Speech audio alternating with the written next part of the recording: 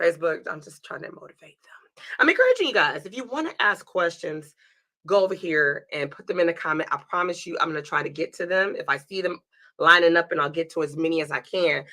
But anyway, I could have this conversation and talk about him by myself, but what fun would that be? And you didn't sign up for that. So without any further ado, I'm going to bring this king to the center stage, the one and only Mr. Shane Foster. Peace, peace, peace. How everybody doing? How you doing, King? How you doing? All right, you hear me good? Cool, cool. Yes. Yes. Can you hear me good? Absolutely. Absolutely. First of all, welcome to TT from the D. I appreciate you. Thank you for having me. You already know I've been stalking you for a minute, and so I said that real cleverly. But I had the pleasure of being a moderator. Shout out to Courtney Benjamin for giving me that opportunity, and I sat on that panel with you all, and I was blown away by the information that everybody was sharing. But you was spitting stuff out there like, and I'm like, I already knew in my mind. I said, okay, God, I'm going to ask him. I said, I'm going to ask him if he'll pull up and do my show. Yeah. And you said yes. And so it's just about calendaring and making sure everything aligned. So before this amazing interview starts, I just want to say thank you in advance, just in case I forget to say that later. Oh, no, thank you. Thank you. I always like the opportunity, to talk to folks and get out there. That's what I do anyway, all day, every day. So, yeah. And this accent, what's this accent I'm hearing? I'm from North Carolina. I'm originally from North Carolina, from Eastern North Carolina. Okay. County, small city, middle states, nowhere. If you wouldn't know where I'm from, you'd be like, no way that guy's from here. Absolutely. I am absolutely from there. Wow. I love it. I just had to ask because I'm like, I wondered it when we were in the session, but that was not about podcasting. That was straight up music, and I'm like, let me stay the course. But yeah, I like it. So let me, first of all, ask you to tell our viewers a little bit about who Shane Foster is before we get into the nitty gritty of things. Well, first thing about me, always unique and fun, is I am a military veteran, combat military veteran. I served in the Army. I was in the 82nd Airborne Division. I'm a paratrooper, jumped out of planes, did all that cool stuff. I did 5 deployments overseas, Iraq and Afghanistan. Did it one humanitarian also in Haiti when they had an earthquake. So I was over there for that too. Got out of the military, attended LA Film School, where I got my bachelor's in entertainment business. I also got associated audio production. And then I also, after that, went to Full Sail for a master's in digital marketing. And now I'm enrolled in Harvard School of Business I actually just posted a little bit about it today because I finally got the funding. So I was just waiting on that. Okay. Well, that happened today. So that's in real time. So I'll start that this month too, at the end of this month. So looking forward to that. And yeah, everything's like within the business, marketing, and audio. So kind of like being in all facets of this stuff. I also did legal studies in the military, but I don't count that. But yeah. So you're just like a walking Encyclopedia Britannica type of, yeah. Wow, you've done a lot. Yeah, you've done a lot, and I know I knew a lot about, of course, because you got to do your homework, right? But it's just to hear it, and you're so young looking, so vibrant. Like, well, that's the thing on my experience. I heard you put some age on it. We're talking about 10 years. I ain't been doing it that long. My experience, from the people that I've been around and mentors and stuff, it's probably 100 years of experience in industry. If I wanted to do the math from certain people I worked under in this, they had 20 years, 40 years, 30 years experience, 20 years here, 20 there for, as far as like employees and stuff. But me, I'm like a fresh 8. Like, I think I hit 8 this year, 8 years in this industry. So I was 2 years over. Yeah, just 2 years though. That's all. But I give it that because I'm trying to get to that 10-year mark. Because when you hit that, to me, like the reason I say it, because my 10-year mark, my threshold, I just got like certain goals and accomplish it. I feel like I should accomplish by then. So it's like, I don't add it, don't rush me. Let me just, keep working my way towards it. But yeah, absolutely. Okay. So let me ask you this. I know that you have the degrees with the level of expertise that you have. Is some of your knowledge straight up just trial and error? Experience, yes. I probably failed more times than people tried. Wow. And that's the definition of success. You got to at least try. A lot of people don't even try. Like, they don't even try before they even they don't even try to fail. Like, they just want to be successful, and then it just in the perfect world, yes, it's great. But today's world, in the reality, it just doesn't work that way. So yeah, definitely a lot of trial and error. Between me and my partner, Davis Chris, we too deep behind the laptop. We've been doing this and at it like from day one. So yeah, that's just the cool thing about it. Let me ask you, so, and it's interesting, I've never heard anyone put it that way. What is the biggest thing that made you feel at some point like, this ain't for me, I'm not doing this? I've never really felt that way. Wow. Nah, I'd be lying. I was to say, wow. Okay. I don't know. I mean, it's a lot of ups and downs with this. If you really like when you green, and it's a lot of ups and downs. But the cool thing about my position, like being green, was I had a lot of good mentorship people I can like, professionals, people that have done it already, like that was in my circle. So and that came from like being in school, like we alumni and other people graduate, they're alumni. The old school labels, they were like Harvard and Yale, and they had to be Ivy League to get like these high positions at the labels, so or any entertainment company. So that's how it was back in the day. And then very seldom, you got your cash money and all that. People didn't have degrees, but to be reality, Diddy got a degree from Howard. It's a couple of ones that y'all don't think that were like successful. They had some kind of education, and I think that's a key and vital to being like successful in some areas of entertainment. Do you have to have a degree? No. Can you be successful with that one? Yeah. But your margin of error starts to go up and up and up and up and up, right? And then you're gonna tank out. So I think like with the education, that helped me like put a grasp on things a lot faster.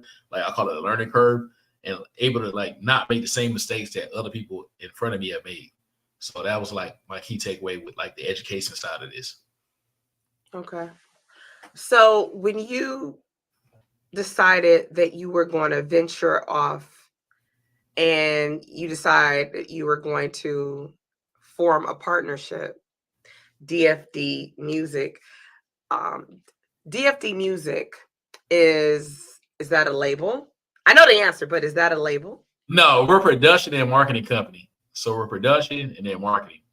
Yes. Yep. And I said that. I knew the answer to that, but I said that because I put it out there that you are a guru in what you do. You are. You're an expert at what you do. And so a lot of people, like what you do, like behind you are just a few things, not even a lot. Billboard, like you charted, like I see one that says 9. Now, I don't have my contacts on right now. So that's what gospel record I did with Lexus Branch. Shout out Lexus Branch. I did the blues record myself. I did that. I think that's at the top. That's number 11. So that's dope. Everything independent. So that's a cool thing. Latin record, gospel, R&B. I got they all over my wall. I know. That's why I said it's a small smidgen of it. It's just a small little segment of yeah. A little bit of all, like pretty much every genre except for country. And even got a world record. That's in another language. Latin is another language. That's in Spanish. Just all different genres. So that's a cool thing. And that's what I realized that I really had a niche for marketing, because a lot of this is independent and it all relied on like either I was marketing or I did the production or I did both on the artist, or like, it's just so many different hats. It depended on what I was wearing, what was happening, but I still had insights from each area to understand how to get, to the next level. Even mentioned the Grammys. This is my 3rd year I went in a row. Well, this will be my 3rd year. Hopefully I get to go this year. So it's about to be Grammy season again. So that's a cool thing about it. When I set out to do this, people laughed at me because I got out of the military. I literally got out of the military to do this. So people were like, crazy. Yeah, I got out of the military. I was like, I'm finna do music. And people laughed at me. I'll never forget, and I wear that chip on my shoulder because people I looked up to in the military was like, you crazy. But I had such a stellar record in the military, you probably would have thought I was crazy too. Like, you did this. Like, no, I did everything from Combat Action Badge, Bronze Star. Like, I mean, I got the accolades there too, from the military side. So a lot of you like, man, you can keep going further and further and further, in your career. And I'm like, but that's not what I want to do, So I focused on this music. And I literally like just moved out to LA. I had a plan. Have a plan when you move. I had a plan. I'm like, well, go out here. I had at that time I went to Full Sail, looked at their campus. I was like, man, ain't really no industry in Orlando. And then I went to LA and they rolled out the red carpet. I think they had an event going on. I was like, bam, I'm going to LA. Because I know if I network, get my, my feet in those rooms or get in those rooms, I'll be to like, make it make sense. And I went to LA. It was so crazy because I was in LA for like 4 years. And people like, you don't know this, that. I was like, I didn't come to LA and like, I did not kick it. I had a full plan. I had my military mindset and my discipline and my dedication and determination. I was just focused on what I had to do every day, and I made it shake every day. And that's a fun thing. Me and my partner, Chris, every day we had class, and we would be in the studio till like 11, 12 at night, every night for like 2 years straight. Wow. Not a beat miss. I didn't go home for Christmas.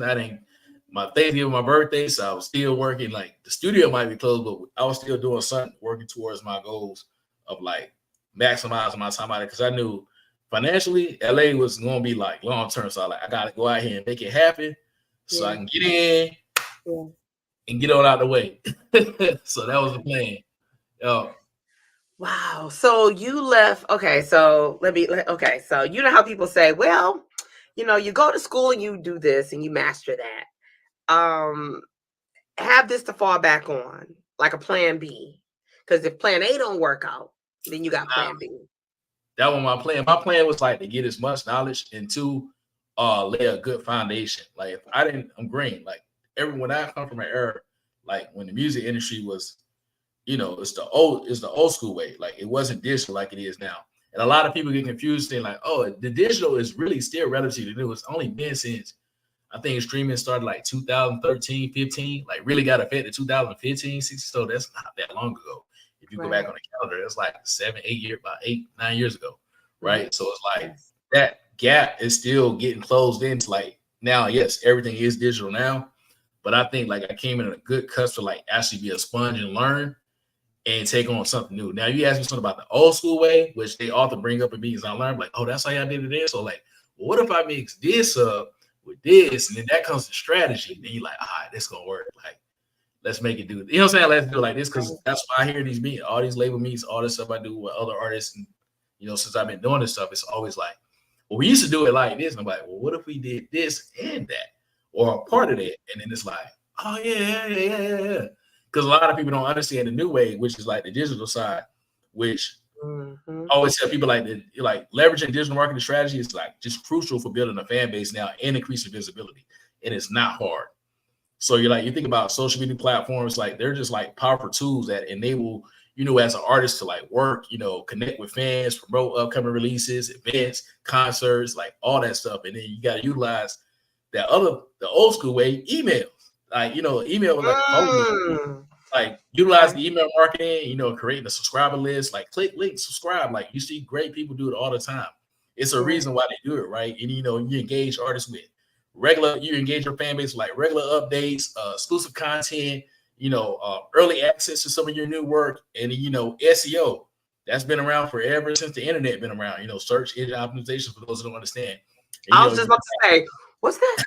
Search engine optimization, right? So you're like, you use those tactics, you can improve like your online presence like that, right? You make it easier for new fans, your dwelling fans, to like discover your art, and just all that through search engines. When you collaborate with other artists or other influencers in that genre or in that same field, man, it just goes on. Like it's just infinite. Like it just keeps growing and growing and growing. So that's just like my big thing about this digital stuff, and why I like realized I had to like harp in on it and like really learn it, because a lot of people confuse it with like marketing, but digital marketing is a strategy of marketing. That's why I say I specialize in marketing and not just like one area of marketing. So like you got PR, you got blogs, you got all this different stuff, you got concerts, you got all these different types of like marketing, but it's like sales, all that goes into, but it's like you can put a lot of that into digital marketing, like just come up with a strategy to emphasize the overall effect of marketing, which would be you as a brand. So you talk about branding and brand awareness, and it's just like it just gets so complex and like can spread out so far.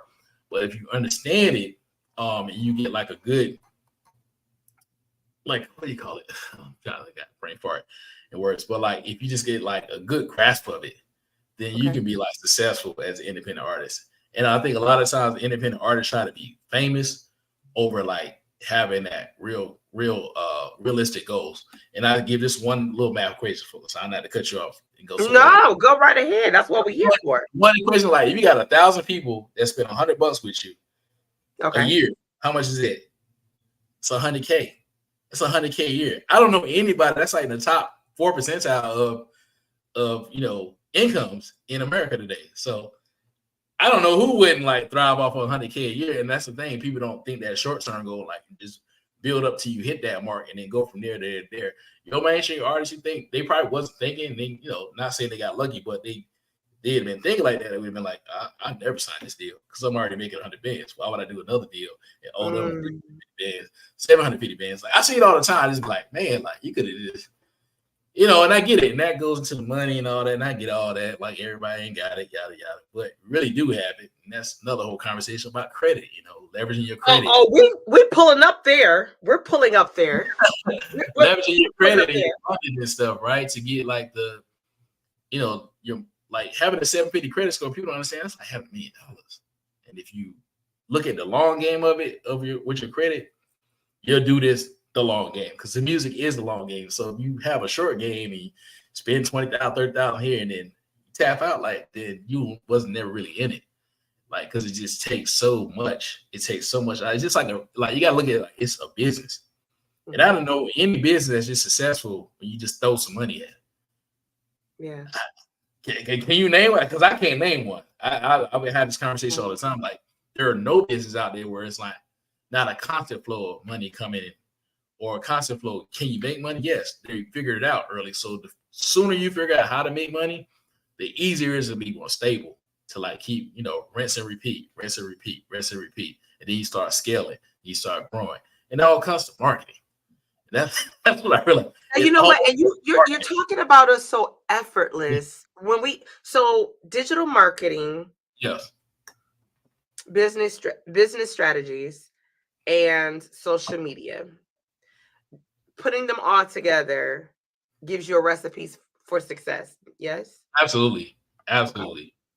Now, when you talk about the different ways that you can use marketing, so do you think that people still old, like, okay, you use the term old school, right? And I'm old school to a certain extent. So do you believe that word of mouth still works?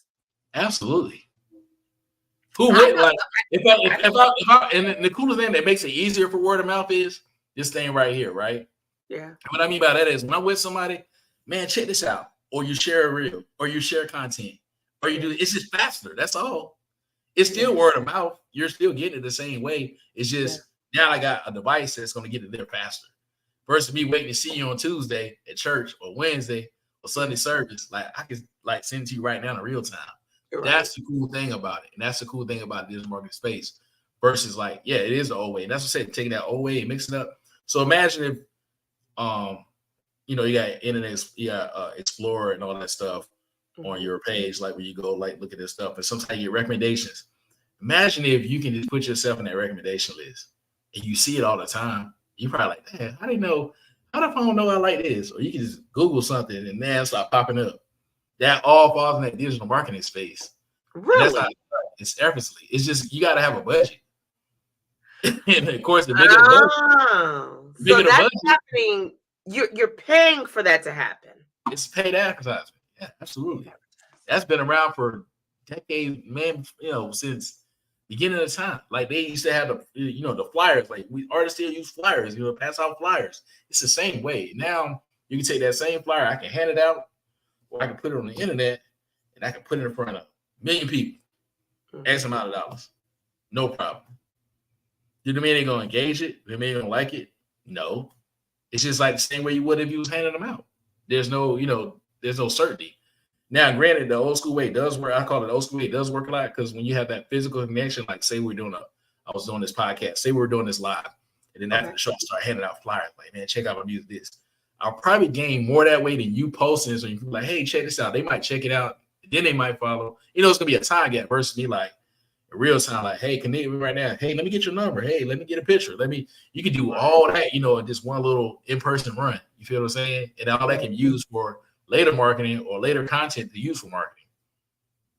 I like that. I get that. I was down in Atlanta, as a matter of fact, about 2 weeks ago. I came down for the Black Effect podcast event down there, and it was amazing, to say the least. I'll be back for next year, but I did a lot of in-person marketing. And then I did use some of the content because I gathered a lot of content from that. I made some nice connections with some folks down there, and then you building it out. But with the thing, so for me, that's a unique narrative. That's what we call that. Like you're forming a unique narrative, right? So you're taking that narrative and then you're forging a deeper connection with your audience. That's all it is. Yeah, you create a narrative. Absolutely. So you got me geeked up. Okay. That's your brand. So your brand is creating, you know, your brand craft. Like you're crafting your brand, it's creating a narrative, and then it's forging a deeper connection with the audience. Now let me ask you this: your brand, so DFD music. Like I see your hat, you got your shirt, right? Right.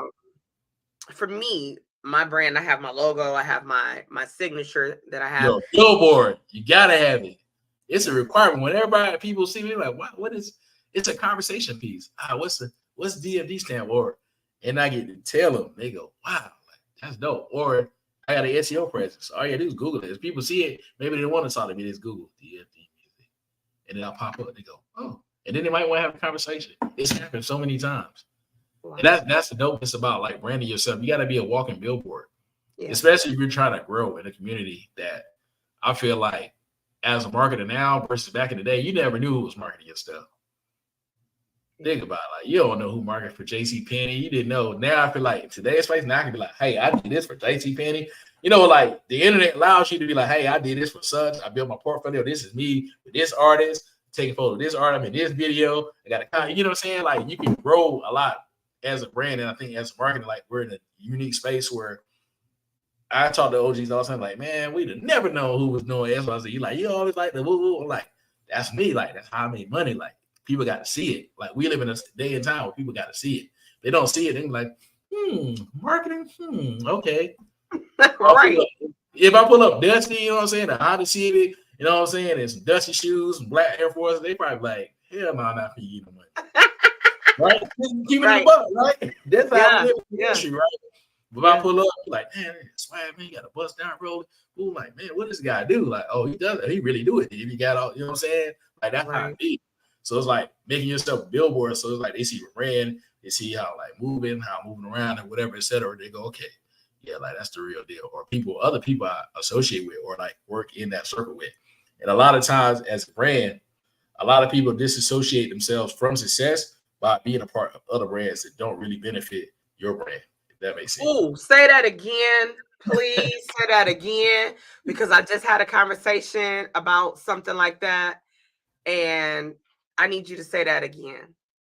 Yeah, so like if you disassociate yourself, you get yourself around yourself. It's just like surrounding yourself with bad outfit. You surround yourself with brands that don't really elevate your brand, then like it's really not gonna be beneficial for you. And I call it about reciprocations. Like I deal with other marketers because we all reciprocate the same energy from each other. You're a creative, I'm creative. Like as marketer, we're all creatives. And that's the cool thing about me being produced first. I'm creative first. So it's like being a creative in that space helped me be more creative.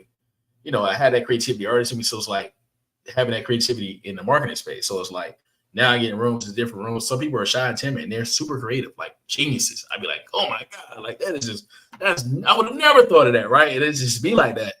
But it's like now, like when you get to pass that energy along, it's like others reciprocate to others. So it's like I hang with a VP of marketing for Sony or, you know, Def Jam, whatever. It's like, you know, we have something in relation, which probably be the marketing, right? And then we just might be just cool people all together, right? Right. Marketers have more swag now than back in the day. Like that marketer back in the day used to be a super nerd, which I am a nerd. I'm not gonna cap and be something I'm not. I am a nerd first. But I'll just say, like, it's just now you live with a way you can create your own persona. Like, you know, you create your own customer persona, like your own brand. So it's like you can just I just can't like you can just be like, you know what I'm saying? You can be who you are, like within yourself, and just be like, well, I'll be that dorky, cool guy, but I'm always visible. Everybody can always see me, they can be accessible, they can reach me, they can touch me, you know, they can communicate with me. So it's like being like that makes it a lot easier. And me as an artist, you have to be that way too. You have to be like accessible. Like if people can't relate or access you, then they just not gonna be a fan. Like it just doesn't work. Yes, granted, everybody has their own lane. I'm an introvert too. He's an introvert. Like, yeah, okay, cool. But I'm talking about like think about it, really successful several. Drake follows back like the max amount of people can follow back on social media. Like, you know what I'm saying? Yes. So look, chat, I'm not just capping like saying stuff, but like you pay attention. Sometimes the answer to your problem lie right within yourself. You can see it right in your eyes. But a lot of times people like to, but this and this, but it's right there. Like this, look right here in this little, in your little fortitude, and you can see like a lot of the answers that you want to know the answer to is like really right there. You just got to pay attention. So I know you produce and you've worked with some amazing artists. How do you select the artists that you're going to choose to work with? So I would say go vice versa. I'm the only person the artist want to work with, right? Mm-hmm. And then two, it still has to be, like I said, I gotta feel the vibe first of all. It's gotta be like, all right, how this is gonna benefit me?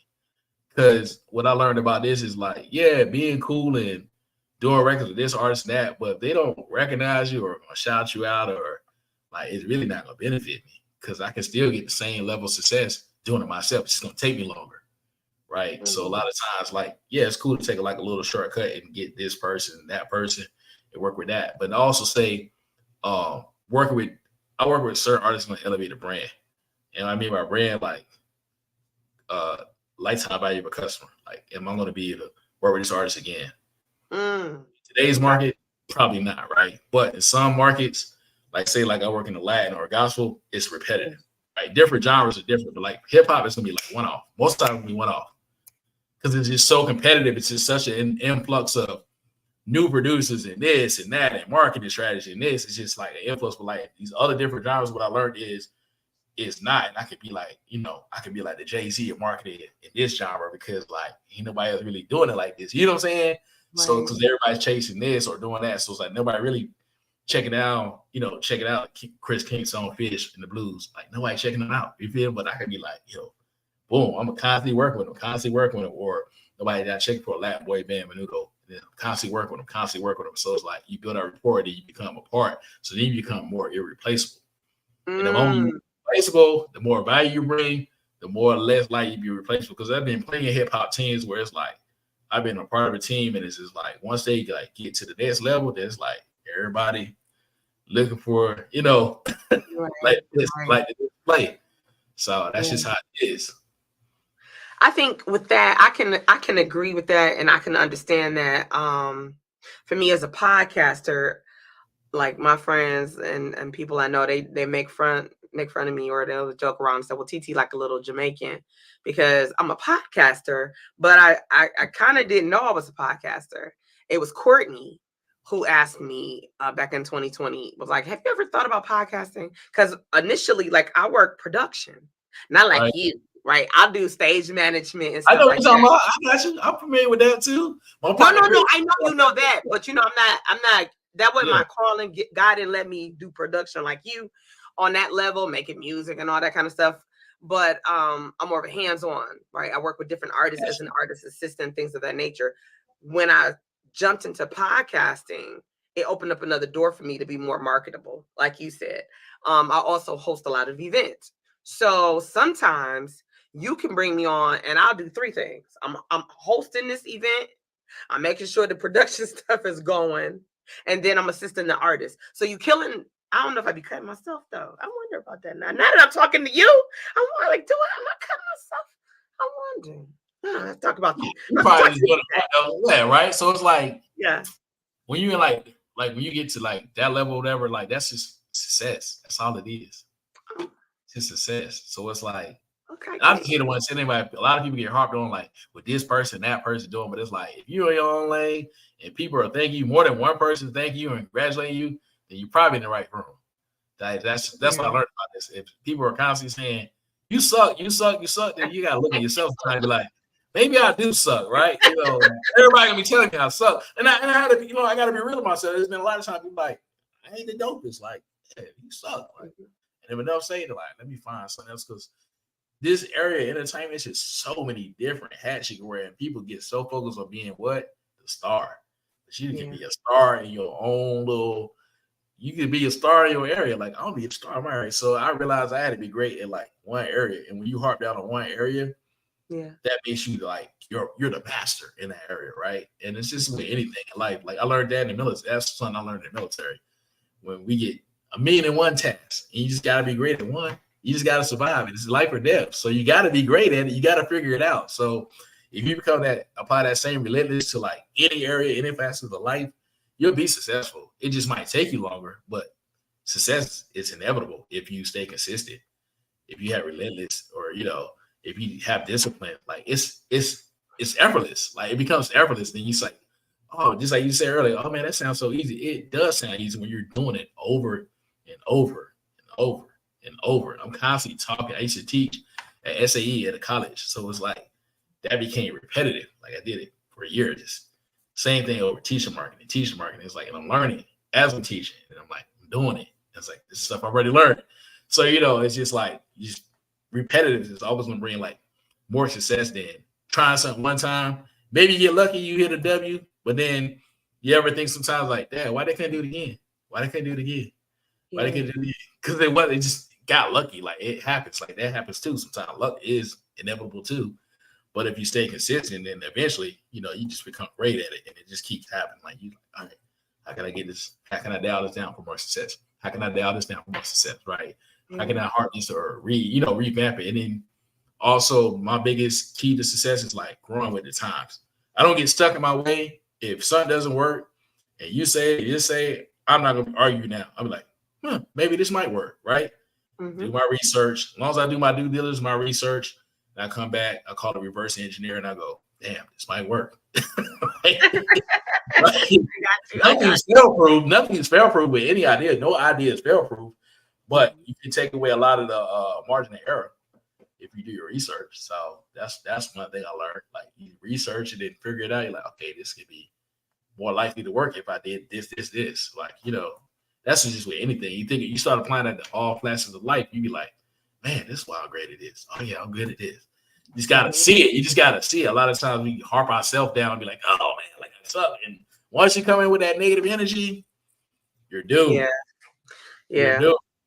Yeah, I heard that today. I was working with an artist today, and we pre-recorded a show, and on my other platform, the Top of the Morning Show, and he said something. He was like, when you start your day off and you started off with good energy, you bound to have good energy throughout the day. But if you wake up and you start your day off with bad energy and negative energy, chances are that's the energy you're putting out there is what you're going to carry with you throughout the day. And he's like, it's all about how you choose to wake up and how you choose to move. And I'm like, damn, that's true. Like, I remember one day I was like, I'm about to have a fucked up day. Right. And because things started off bad that day, it was everything. Just, I'm like, oh my God. And when I thought about it later, wasn't that day I thought about it, but when I thought about it later on, I was like, I spoke it. I put that out there. And I saw it one way. I wasn't looking for a good day. Not saying I was just looking for the bad day, but everything just seemed to align itself with that. And I think when you put it over here and we talk about marketing for those that an artist, you come out here and you have a good day, you selling, right? If you choose to sell your stuff, and then the next time you come out and maybe you didn't sell nothing, right? Then you may come out that next time and you either gonna decide, I'm coming out here and I'm making these sales, I'm gonna get it out, or you might say, you know what, I ain't selling nothing last time, so I probably ain't gonna sell nothing this time. I think that you're putting that out there, and you're still always like, you're not putting new eyes on it. I think you going in with the same thing in the same way, and you gonna get the same result. Always. Like what they call insanity, doing the same thing over and over, expect a different result. Isn't that what insanity? So it's like you gotta you gotta shake it up. That's always been a key. Like my key says, like really how my days start. I influx myself with so much positive stuff that when I take L's, it don't really even be an L. Because I have so much, my goals be so far-fetched. Like if you set your goals so far, like these little L's that happen, it's like it's just part of the journey. Okay, that's that. Instead of micro focusing on like smaller goals, like if you make your goals too small, then they're easy to get disrupted. When you make your goals so big, you like, well, shit, I still got like I still got to do this. I still got to do this. I still that way when them little L's come in, I think that's the key to a lot of success. And then validation, like I don't seek validation. I got rid of that. I used to be like that when I first got into the industry, but I was like, you know what? I don't really need nobody to validate. I'm great. I wake up and myself, I look at like where I'm at in life. I could like not compare, but I go, I could be this and I look at where I come from. And I really come from nothing, like literally nothing. So it's like I could be this, or remember that when I used to be hungry, or remember this, or remember when I was like homeless, like all this stuff. Like I could be all of that, but it's like I'm here. So like let me just focus on where I'm at right now and where I'm going.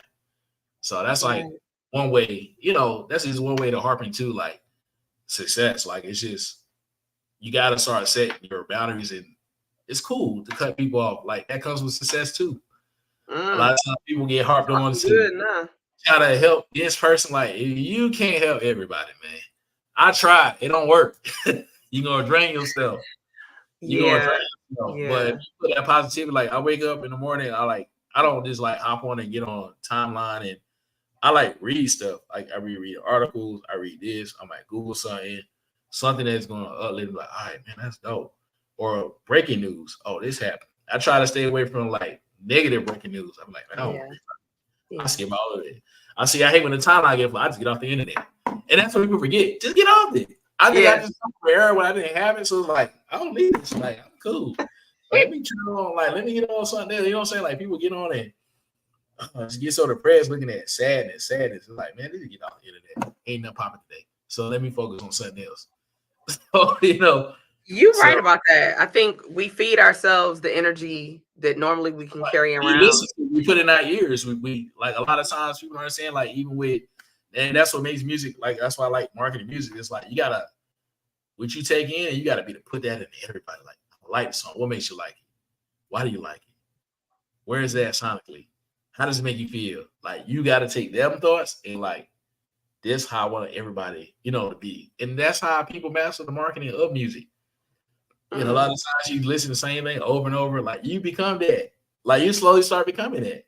If you listen to upbeat, inspirational, cool rap, you cool that. But if you keep listening to gangster, shoot them up, kill them up, you start having a little hood to you. You ain't telling no lies, Shane. Let me tell you. It's the energy that connects within you. Like I promise you. Yeah. It's like all the times you ever seen a girl that's like from the suburbs, she like that hood because she put all that rap shit in, but she not be. None about her life be street. Like I'm just keeping it like a butt. Like what I seen in my own eyes, at school, college, everything. I'm like, man, like you come from whoop. Like why do you act like this? And then like you see how they like consume stuff. You like, that's why, or they do this, or they around this person, or they around this energy all the time. It's all about the energy. So that's me getting off subject, but yeah, that's just what it is. But you on point with that. And when you talk about the marketing piece of that, it's the energy. Like really, marketing is like a form of the energy, like that you're giving towards someone. Like when you go into Best Buy and you see that TV 55-inch, what makes you buy that Best Buy than Target? The price. The price. Not other than the price, because Best Buy matches prices. A lot of people know that. They still do that. Like they still do that. I'm about to put them out of business. Best Buy got never mind. I can't speak up. They're like, Mr. Foster. So let me match the prices though. Besides that, they won't match Amazon, but they'll match that competitive price. Now, what about with music? Now, when you start talking about marketing, what do you think is the biggest marketing mistake artists make with their music? Quitting too early. When they don't get the desired results, when they do XYZ and they don't get the desired results, they throw a penny fit. Yeah, nobody likes me. Yeah, nobody's fucking with it. Yeah. This is a long game. Lizzie had a record 3 years old, and we fell in love with it. They gave up on that record. That, you know what I'm saying? Like a lot of these records coming back to life through TikTok and all these different avenues of digital marketing. Mm. You know what I'm saying? So it's like you have to see it the long way. Like if you believe in something, you really, really believe in it, then you should stick behind it. But a lot of times artists don't know who they are themselves. So if they don't know who they are, how can they identify with the audience?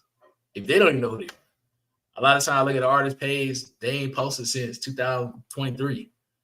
Or like, how you an artist? Like, you telling me you didn't go to the store yesterday? You didn't watch? Like, it's so many. And the people that really harp on and you pay attention, they brush their teeth. They on live. They really get in tune with like their inner self, and I love it. I love seeing that, especially if you're artists, because you be forgotten about today. But if you get, you know what I'm saying? Like, if you get hip to not right now, so like the longevity of it, you can be more successful, I feel like, as an artist. But I think, like I said, a lot of times you do this and that, and you just give up. I got 3 records that came out on sync on TV. I mean, my music and film. They were 4-year-old records. And you know, I think timing is everything. Sandy D said Maxwell record was out for years before we jumped on it. Exactly. Another case in point. It's always like the music is subjective. We might not like it right now, but we might like it later. It's always, you got to understand that music is subjective. And then not even that, you got to realize, like I said, a lot of times the artists don't have, the brand is not there. Why do we like Pharrell? Neptunes. We didn't like Pharrell. We like Neptunes. The brand. Yeah. 808 Mafia. Brand. Hitmaker. The brand. We like these brands. You know what I'm saying? Like, that's what any dope production. That's what I learned about it. That's like, you got a brand, you got something solid. Take heed. Put that shit out. Like, we like the brand. We might not know who he was today. We knew that tag from everywhere. It was on everything because it was branded right. So, you get what I'm saying? So it's all about like how your brand having slogans, having catchphrases. Hot Chick-fil-A, my pleasure. We love Chick-fil-A. My pleasure. You know my pleasure for anything. Right. Right. This is true. This is true. You talking I don't just market for music. I market for small business too. So like I've seen it like all facets of this stuff. Because you think music is hard to me. These small business, man, they're like flipping on the switch because it's a product that's already consumable. So if I'm Target, I'm already selling you products. I have something that you want. My goal is now, when I come in on the marketing, is to get you to buy a particular product, which is not that hard when you're already in it. When I already got you there.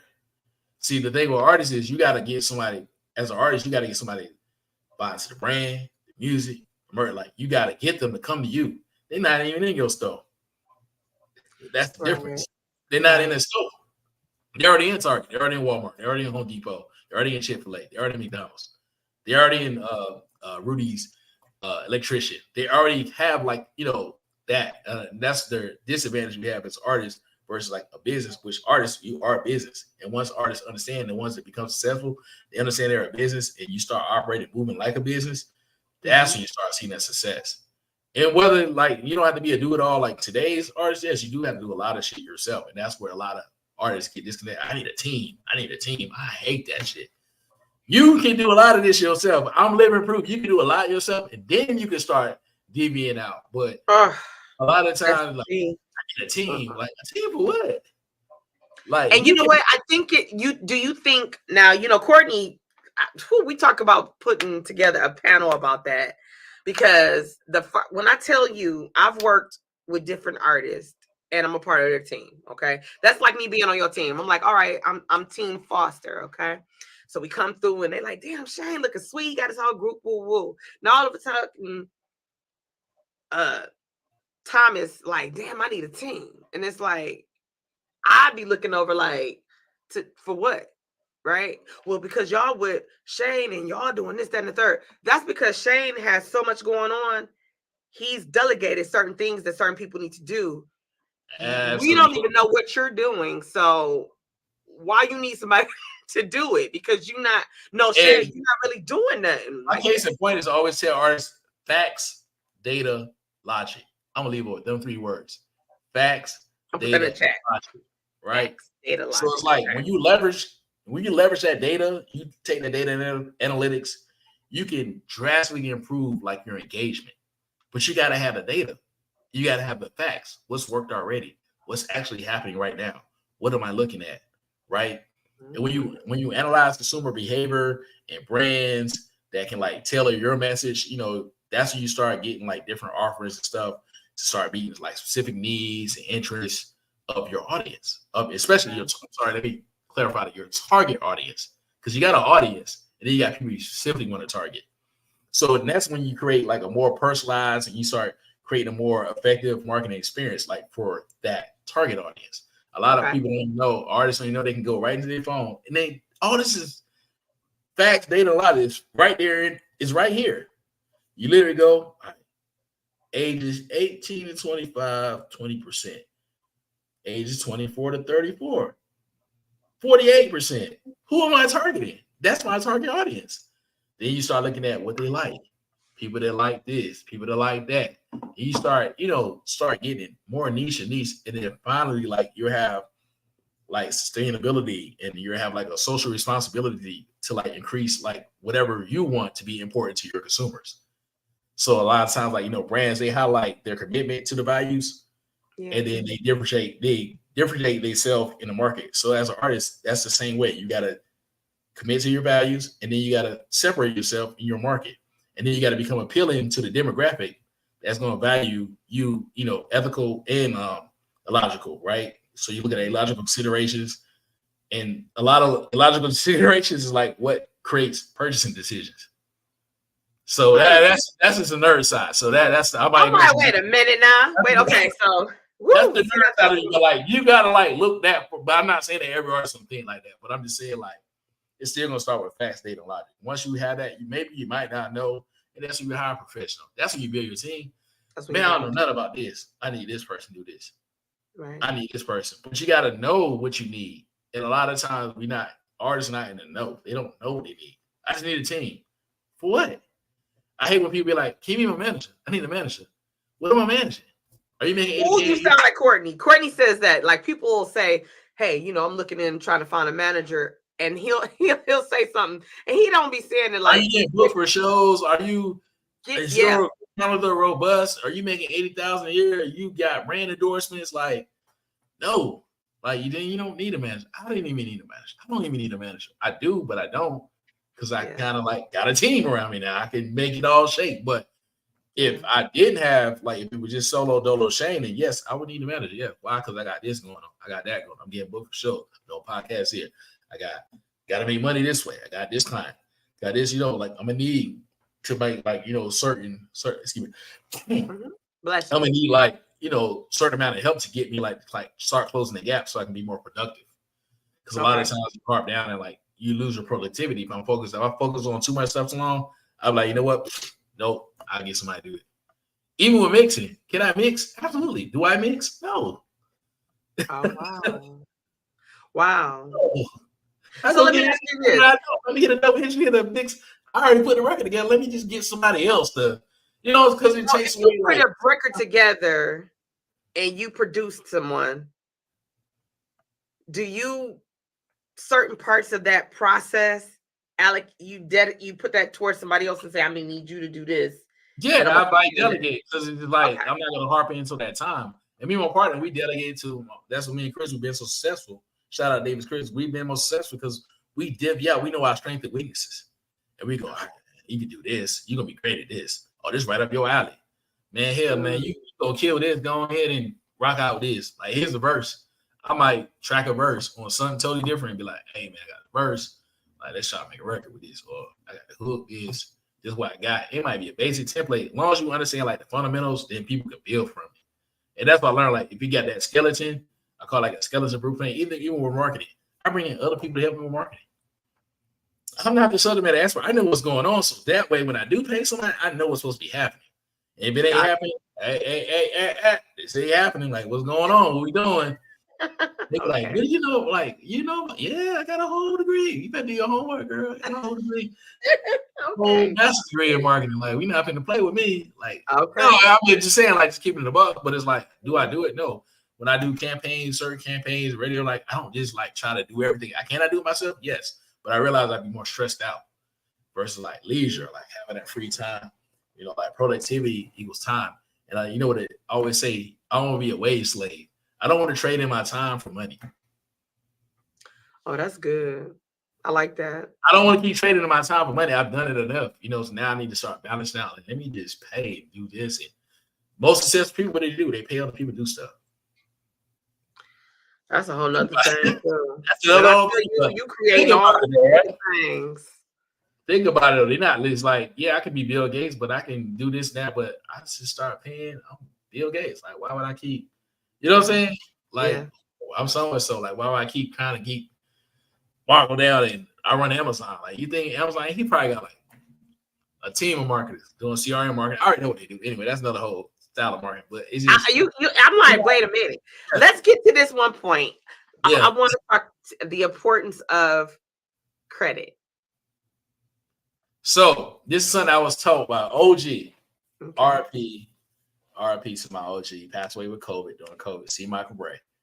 He always told me, get your name in concrete and not in sand. And what that means is a lot of times we, in this industry, we want to ride, like we feel like we got to be here and that. But your name is nowhere on it. But you there. You feel like being there, it makes you more reputable versus if I'm there, but my name is on the flyer or I'm in the record and I'm on a session, I'm in the split sheet. Like that's concrete because that's forever. It's an infinity. Like it's like immortality. That's what I've always taught. It's immortality. Like that's always been my goal with this, to be immortal. You know what I mean? Like that. Now, like everything that I've done, it just keeps going over. Like the military, that's immortality. Can nobody ever take back? I did it. It's in concrete. I mean, I'm in museums, you know, for certain operations. So it's like, wow. You know, okay. Operation New Dawn, like all these big campaigns I was a part of, my name is in concrete. You get what I'm saying? And I got it. I was like, oh man, that's dope. Because a lot of times I go to a session, man, Gucci gonna be there. Okay. But like, where's my role when I get there? Like, what am I doing? Absolutely. Like, I'm wasting my time. Like, I'm just here. That's cool. Maybe get a photo out. Well, maybe. That don't really happen like that, but whatever. So they're working about artists and they're working about it. I know they're not gonna take pictures. I just learned that, you know, I learned all that stuff like doing it. So like they work about it. They don't want no photos. They got on their sweats and tee. They just come and track some records and get in and get out. Like they're not here for photo ops and all that. They don't want all of that. They want to shit all over the internet. You know what I'm saying? So I feel you. Yeah, I know. Like, all right, so I'm gonna get here. I'm gonna be a part of the record. Or where can I fit in that? Hey, I can help with this. Let me get some paperwork here. Let me do this. Like that's where it all comes to the play. It's just understanding, like, put your name in concrete and not sand. Because when that sand blow away,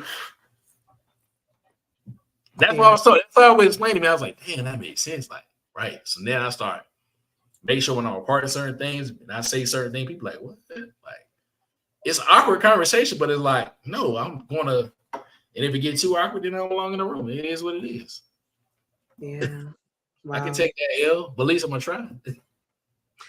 Yeah. And I guess that makes sense on that level. If you go somewhere and I'm like, oh yeah, I had lunch with Shane today. Oh, you did? Oh, okay. But we was at lunch and you was working on a deal. Right. We gonna forget about that lunch or even the place we were, but you're not gonna forget about that deal. Exactly. I got you on that. When you are an artist and you're starting out, people are like, I gotta have all this money to get this going, or I gotta do that. I don't have the money, so I can't do that. Is that true? Man, look. Oh man, I'm sorry. I had this conversation at least 100 times a day, right? About finances, right? So I'm just gonna try to be I'll be like harsh reality. Say it. If your credit not good, you don't need to be doing shit. That's just my philosophy. Ooh, that was like real right to credit ain't good. If you got a 420, you don't need to be doing nothing. You need to be trying to figure it out. Like that's just. It's not like the older days where you don't know. It's just so much information now. It's in front of you, and people still be like, it's a scam. No. it is like it just blows my mind. They be like, sound scammy. Like, bro, like if y'all knew how easy, if people really knew, it's a lot of man. Shout out to man. Oh man, he got Aristotle, man. Like it's a lot of young cat. Like they see it, they grasp it, and they run with it. And it's like it's so great because I didn't have. If I didn't had the information at their age, I'd probably be right with them. Gone. Right? Because you only know what you know. And that's why I feel like, you know, like you only know what you know, but a lot of people like you don't have money. It's so much. The internet is free. It don't cost nothing unless you got Wi-Fi or whatever. Anyway, that's another thing. But posting, creating content is free. It doesn't have me going to do XYZ is free. Me sharing your post. If I ain't got 10 people that sharing my stuff every day, I feel like I failed. Cause like, hi, I got 10 people that I'm supposed to be family. We got more than 10 family members. I grew up with more than 10 family members in my house. Yeah. So I know I got, you know, an infrastructure of something that's sport. And that's what hurts me when I see an artist put out a record. They got 3 streams. Like, how? 3 monthly listeners? You didn't even listen to shit yourself? You ain't got no auntie, uncle, granny. Like, you didn't really, what happened is the artist got so frustrated with, I ain't got no money versus like what I can do. Like, people got to see you to like want to support you. If you're not, hey man, check out my new song. Check out my new song. If you're not like that, I'm not saying you gotta be what you call it, annoying with it, but you gotta be some kind of assertive with like, man, check this out. Whenever I have conversation with people, I always be like, yeah, to check out my website. And then leave off with that. Whether they check it out or not, like at least got a piece of me, like besides outside of normal conversation. A lot of times these people like, oh, what do you do? Or they see me with this, or they see me that. It's like, yeah, like you said, they kind of young. Like, what you doing? What's going on there? Like, like this is what I do. And they go, oh shit, like, okay, let's chop it up. Let's chop more. Let's do this. Let's build from here, or et cetera, et cetera. But it's like a lot of stuff you do for free that artists don't even be ready to be in the room that they want to be in because they don't get that fundamental. And I say that like it's so many man. It's so many artists I see get signed, like you never hear of, because they're not really ready. If that makes sense. Yeah, it does. They're not ready. And I just be like, damn. And I'll be seeing it like when I like me and we doing the marketing, we about to do this. But like, damn, they ain't really ready. You be trying to give best practices. But they have sleep, high, smoked out, whatever. Like you gotta be focused. Like, yeah, you gotta like, you know, what is social media best practices, or like what is everybody else on, like a lot of comments on people don't even have. You got Spotify for artist account, you got Apple Music for artist account, you got Amazon for artist. They be like, no, those are fundamental. That's free shit that you can promote on and reach some kind of audience. Not saying that you don't have you don't have to have a whole lot of money. We all eat. We all creatures by habit. It's human nature. We're creatures by habit. Yes. I mean, we all have spices and suffices that we like to do. And if you start cutting it out, so fun fact. I cut back to this. I used to eat Jack in the Box, and I know the whole meal, $3.37. Taco, fries, and small drink. If I eat this, I hate this shit, but if I eat it once, instead of me eating that filet mignon, lobster tail, crab, and had that Hennessy drink, I was like, I'll have X amount of dollars. Yeah. I saved $10.50 a day. I'm sorry, like $3.50. I forgot I did the math, but it came out to be like $10K. Like you gotta write it down and see. You're like, man, I could have saved $10K. That's a $10K I need. You feel me? So like, I really did that shit. Like a lot of not to put people out on living space, but like I guess I just grew up so poor, and I've seen real poverty. And I used to think I was poor until I went to Iraq, and I was like, that's real poverty. Well, I went to other third world countries I've been in. I'd be like, that's real poverty. So it's like, I'll be all right. You know what I'm saying? So I realized I could sacrifice more. Like it built resilience in me. Like this ain't really poor. Like if I cut down to a 1-bedroom studio, or if I get a roommate, what's wrong with having a roommate? Right. What's wrong with having a lot of people? I'd be like, man, why you got a roommate? Like why y'all ain't buddied up? Like why you got this, that apartment, that? Y'all homies and shit. Like y'all should be like really your teammate. Me and my partner, we that's a fun fact. We stayed together for a little while. Stacking paper though. We had a plan. So it wasn't like we just staying just to be bums. Like it wasn't like we're being bums. We're just like we just had a casual plan to be like, all right, we're gonna grow, stack money, do this, do that, get this right, get this straight. Like more money for this, for business. I'm not spending. LA is expensive. Like I'm spending $3,000 on my one bedroom. He damn sure spending another. That's $6,000. And then we always together. Might as well just spend three grand in the yeah. We might as well get out of 2 bedroom and you know what I'm saying, bust out the rest. Like let's have a plan and focus on this and focus on credit and focus on getting lines of credit. And that was the whole plan. Like we figured out a different way. It's more than one way. Like they say 2 + 2 = 4, but 3 + 1 = 4 too. And 1 + 1 + 1 + 1 is 4, right? Yeah. So it's like so many different ways to get to a goal. A lot of people just get harped on to like it's gotta be this way. But it really don't. It's just got to be about what you want to sacrifice, what you want to sacrifice versus what you want to receive. And I always say this to say this. A lot of times people forget that your greatest successful people sacrifice something. And not no Illuminati didn't sacrifice their mama or that crazy shit. Right. They sacrifice something to get to where they're at. Whether I be like, I just didn't go out. I didn't do this. Like I was telling people, like I didn't even go out in LA. I can count on my hands the 4 years that I went out. Or I was, and if I did go out, it normally was a play being made. Like I'm about to be BMI ASCAP conference, or it's gonna be something great, right? Or it's gonna be big. So it's like learning how to like deviate what you want to do, and people are like, oh, it costs this, it costs that. Man, everything costs, and it's only gonna go up. Yeah. A lot of artists get stagnant, tell them a price, and then they come back like 5 months later, like that's not the price no more, my boy. Like it's everything keep moving, just like it don't just stay still, and you know, it don't just stay for you. And a lot of times I see artists, they be great at music, and then life hit them, and then they don't know how to bounce back, and then 5-6 months go by, and they come back trying to do music again, and then they wonder why they're starting over. It's like you gotta start over. Like ain't nobody hold your spot in line in this competitive industry.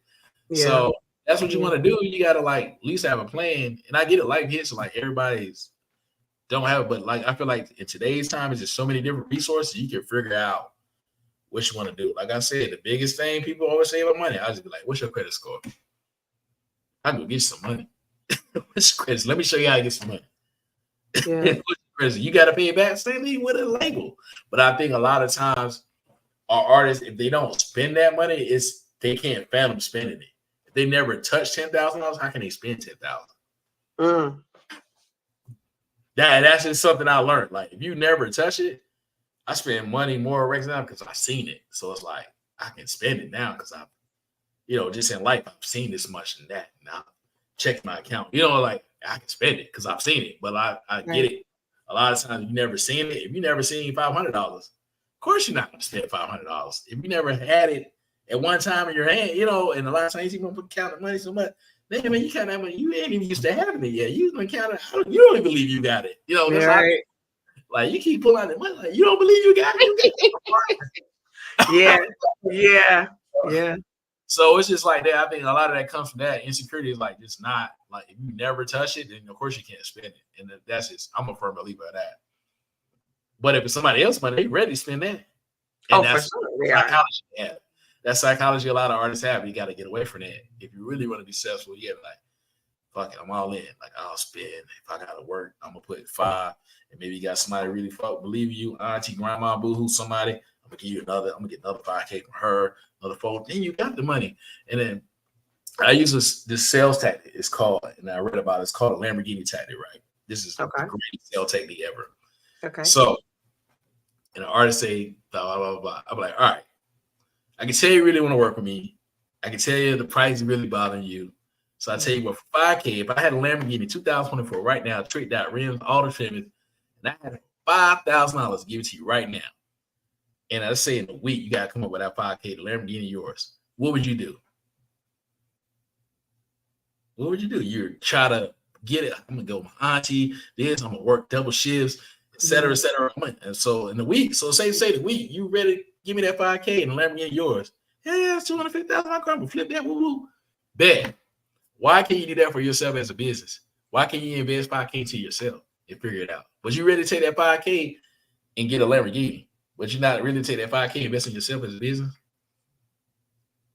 So you gotta Look, I know I already hit a nail in the coffin that one, but it's like that's just the reality we live in today's world. Like you got to figure out like what you really want, because if you really want it, you'll figure it out. And that's why I always say to artists, be like, "I ain't got no money." You'll figure it out if you want this. If you really want Do you this. think it's because they don't really believe in themselves, so they don't go hard? They don't want it. They don't want it. That's why but that is. If you really want something, because we all want stuff in life, we figure it out. If your lights went out today, if your lights right now went out in your studio, you're gonna figure out while we on this podcast, you're gonna do everything you can. If you gotta call somebody, you're gonna be like, man, my lights, I got this podcast, I got Mr. Foster on. Like, you're gonna figure it out. That's my point. I'm going out to my car, I'm switching to my phone. Switching your right, you figure it out. Like, yes. That's just all it is. It's like if you don't want it, then of course it's gonna be, I ain't got it. Guess I'll never be an artist. And I'll be like, okay. And they think people gonna lose sleep. Like, nobody's gonna lose sleep, bro. Like 100,000 artists put out music in a fucking week on the DSPs. This is what I do, man. I'm like, golly, they put out one more rap song. I think records come out daily. People don't understand, like they can't fan them because they don't see it, and that's why the algorithm all messed up. It's so much of it out there. That's why it's just music is like everybody do music. I was getting my tires changed. That motherfucker do music. Yeah, you know what? That's when I had told everybody you do music. They might not be established artists. They might not like really be doing it. But like, yeah, I got a couple records on Distro Kid out. They be talking like, bro, like, damn. That's why I hate tattoos and music and all the shit that come with it. I'm like, damn, I want to have this conversation. But I'm like, all right, yeah, man, you didn't change your tire, but like, what are we doing? Get out of this situation. But that's not. And then you know what? Do you think that sometimes people take their hobby and they're trying to turn it into a career, and then it's like you an artist, and you're like when I tell you. I mean, somebody that's like, oh yeah, I'm a singer, or I'm a rapper, I'm a producer, and it's like, oh okay. It's like you go for it. Now some people like I believe, and they find that money. They look at it and say, I'm gonna not buy your Lamborghini. I'm gonna buy this Pinto because I can get from the same places I can get. Okay, so they look at it. The one thing, I don't have no money. Okay, then you say, okay, what's your credit score? You clean up your credit. Okay, so now you got that. Now you're getting streams of income, or you found out how to get you some money. So now you got the money to go into the studio, get that song done, finished. It's ready to be sent out into the atmosphere to be sold. You got people, you got the aunties, the cousins that say, hey, I'm gonna share your stuff, TT. Cool, great. Yep. So now you got the marketing piece down together. Where does business come in?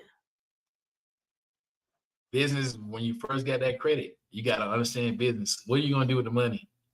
If I give you $30K right now, I ask every artist, and I always leave. I'll be like, if I give you $30,000, what you going to do with it? And a lot of it be foolish. Every once in a while, I hear artists be like, I'm going to invest into this, and then I'm going to take that, and I'm going to take it back to this, and I'm going to have this money for this. I'm like, you got a plan. You got a plan. Like, that's going to work. Like, that might just work versus 30K, they be like, I'm gonna do this. And it's a lot of like, I get it as creative, we're vain. Well, a lot of people look at me being, I'm important right now, right? So a lot of artists like, I'm gonna go pay for this, I'm gonna get on radio. But why? You're not even producing no money. Like, look, my first avenue was somebody give me a large sum of money is to make more money. That's just my thought process. So like, I want to make some more money first.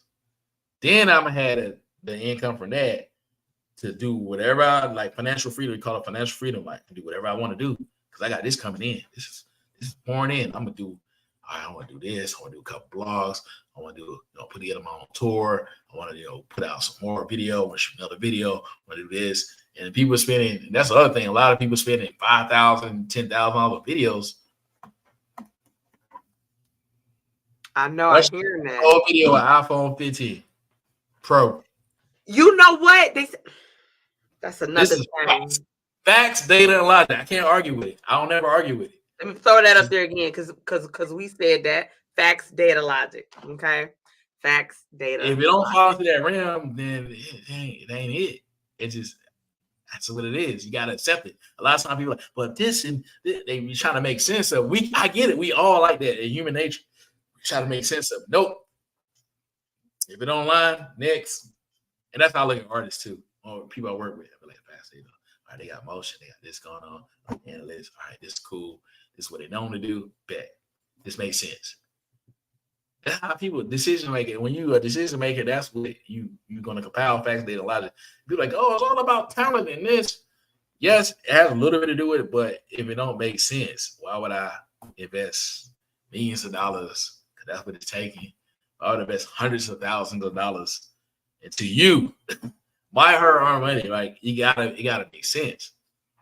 Wow. So that's just one thing you gotta harp down on. That's what making a decision. A lot of times people are like, how do I know I'm getting the right thing? Look at the facts, look at the data that comes from those facts, and then see if it makes sense. If you find any cringe, you be like, nah, I ain't doing it. And that's how I started making a lot of, because a lot of times I used to be like, man, hey, yeah, I want to do that. This rule. Hey, yeah, I want to do that, right? And then like it don't make sense. Logically be like, this shit didn't make no sense. Yeah. I didn't do my research. I didn't do my research enough. And we make bad purchases all the time. It's human nature. We make bad purchases all the time. We're consumers. We're all consumers. Everybody's we're a consumer. We all buy something. So it doesn't mean we always buy the best. We don't always buy the best. The same thing with music. We're all consumers. People love music. Everybody's a consumer of music. But do we always listen to great music? No. So you gotta find yourself where you're gonna fit in the equation. Like, I want to be on the end where they be like, my music is great. They're gonna keep listening. That's where you want to be at. Yeah. Versus like, yeah, you can put it in front. I can spend a lot of money and I can get anybody listening to anything once. Yeah. But you gotta look at LTV, the lifetime value of a customer. That's what you want. That's what any successful business want. They want that LTV. A high percentage of people always keep coming back. And that's why I gave you that simple math at the beginning of this. And just to reiterate, I was saying that you got 1,000 people that spend $100 with you a year. That's $100K. Imagine you got 10,000, or you got 20,000, 100,000. You make money. Like, it's there. You just got. You know what I saw one time, Shane? I went to a concert. I was working with an artist, and this other artist. At first, I was looking like, I swear, I was looking at it like, that's stupid. So the artist was selling their single for 99 cents. And this other artist next to him was selling their single for $5. The artist that was selling their single for 99 cents sold out. So I think they said they had like 50 copies. So they made $50. This person sold 5 singles and only made $25. And I remember asking the girl, I said, why was the single, like, is the single not good? Like, why was the single 99 cents? They said, because it's cheap to put this single on these discs. We print them on I forgot what they call that machine where you could do it at a duplicator. I think it's called a duplicator. And she said we were able to spit them out and they cost us nothing, maybe $9.99 for 100, right? Right. So if I could get you to come over and buy this one for $1, we still got 50 listeners, 50 people who supported us for $1. And then I thought to myself, and y'all got 5 people to listen, and that's it for 25. And so would you say that was a smart form of marketing? I thought it was after I looked at it. If the vital approach is create a sense of community, yes, absolutely. Because you always want to foster some kind of community around your brand. Okay. It's Nipsey, so I think he was selling for $100. I think he was sold a lot for $100 because he created a sense of community. And like when you're engaging your audience by like, this is why getting back to the market, like if you engage your audience by encouraging like user generated like content, like getting on that live, not being too cool for school, commenting back, liking and comment back, right? You create fostering forums to like where consumers, they want to share your experience and their ideas with you. So they're harped in already. So if you be like, man, I just wrote this album, it's about woo, woo, woo, woo. This is, if you like good soul music or you like R&B, taking it back to love making, whatever, you know what I'm saying? Like you foster that community, and people like they want to grasp into it. They want to share that experience with you and your ideas. So they're willing to pay whatever if it makes sense. It goes back to that fact, sake of logic. If it makes sense, like man, yeah, he picks out great music. I've seen him everywhere. He's been out here all day. Yeah, it makes sense to me to like check in and I want to be exclusivity. A lot of people like to feel exclusivity. I remember when you sell them CDs 5 times. Remember back in the day when they used to sell CDs out of trunk, like, and the people, the loyal fans, the ones that was buying them out of trunks versus the ones that got it a different way. They foster that community. Like, I remember you selling these CDs out of your trunk. I've been a fan since. You hear the stories, right? Think about it, right? Yeah. Same way. Like, it's just the trunk is the internet now. That's your trunk. Or you get out face to face, like you become that. So if you go back, like it goes back, like if you set you set your goals for that, like I think the artists set their goals for the $5. They set a goal in mind and they achieved it, then yeah, they're gonna keep monitoring that progress. They're gonna keep motivating the team. They're gonna keep the strategy aligned, and then you're gonna start hitting your business objectives. Like it's inevitable. Like if all that comes into play, and I'm pretty sure they probably had some kind of fostering meeting about that, to where like, all right, we hitting our business objectives. Like boom, that's what we want. If we get 5 today, 10 tomorrow, another 5, another, it adds up over time versus like if the artist is not that saying, he might not go to where else to be to do it. He might could have only done it there, right? There's no facts. It's no data. It's not enough data to be like, all right, if I went so and so, what does it work? Maybe, but if they got 5, they know lower average comes into play. Like if I sold 10, I know I can sell 5 here. I could probably sell 20 here if I catch them on payday. Like and start thinking about different, objectives. So yeah, that's why I say, yeah, it could work. Absolutely. If I'm pretty sure they thought about it to some degree. Maybe not far thought it. I would have thought it out, but they probably definitely got to a certain level. Like, all right, this can work. Like, let's just keep doing this. Yeah. Because when I thought about it, I said, you know what? If I said, because a lot of times people say, I want to support you, the artist, or I want to support the brand. I might bless somebody else with it, or whatever that looks like. And you listen to it and you like it. Now I'm listening, and then you like, dang, TC, who is that? Oh, that's so-and-so. Who is that? This new cat that I found when I was at the so-and-so. Oh, okay. Yeah, this day social media. So now you have another person that's listening. All from this one thing. I sold $1. Because now I've got more of you. If I give this to you for free, like samples, if you like it, you're going to want to buy the full. If I give you a little, I don't know, a shot of something, right? You want the 8 ounce, the 16 ounce, right? So I think, and then as you being a fan and like as an artist, another thing that I think artists forget about, which if you pay attention, a lot of big artists don't ever forget about, is they celebrate like their little milestones. Like they celebrate their milestones publicly, right? They show appreciation to everybody supporting them. Yeah. They reinforce you as a consumer, like they reinforce your contribution to their success. Yeah. And I think like by listening to your audience and when you commit to like continuous improvement, you often turn these challenges into opportunities that keep driving your brand bigger and bigger and bigger. It's just going to keep reaching different levels. So always remember where the consumer is at, where they fostering at. That's always going to get you a lot further. And that falls like, that's the same. When you understand that becomes an effective way for you to keep marketing your brand. Well said. Well said. Well, Shane, I kidnapped you over the hour. I'm sorry. It's all good. It's all good. I'm having I knew like you got, and you have my antennas going up. I'm like, nope, don't go there. But I was like, damn, I want to talk about that too. So I'm like, all right. So I'm definitely, it's all good. It's all good. I know we can't cover everything, but it's so much.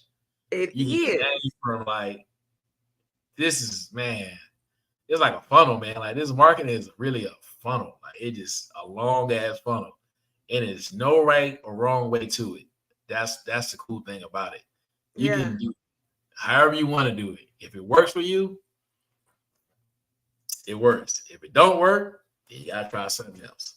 And that's the cool thing. Versus like before, you couldn't see what was working, what wasn't.